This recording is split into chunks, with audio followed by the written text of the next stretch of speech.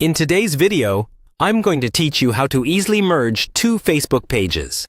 Before we get started, it's important to understand what merging pages actually does.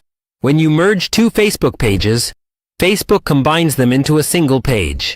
Likes and followers from the page you're merging into your main page are usually added together, but the old page you're merging from will be removed. Its content, like posts and photos, may not fully transfer. So you want to be very sure you're merging the right pages and that you've backed up anything important.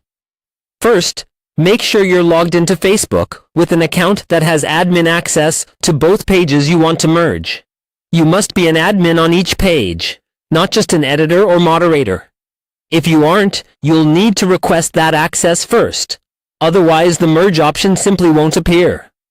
Next, double-check that the two pages are actually eligible to be merged. Facebook usually requires that the pages represent the same thing or business, have similar names, and be in the same country and category. For example, you might have an old page with an outdated name and a newer, more active page with the correct branding. In that case, you'll normally want to keep the newer page and merge the old one into it. Now, head to your main Facebook page, the one you want to keep after the merge. From there, go into your page settings. Look for the section related to page management or page settings, and then find the option that allows you to merge pages.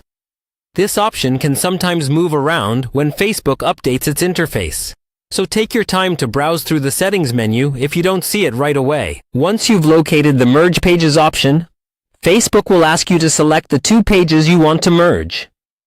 Choose the page you want to keep as the primary page, and then select the page you want to merge into it. Read the confirmation message carefully. Facebook will remind you that the page you're merging from will be permanently removed after the process. Confirm your choices, and then submit the merge request.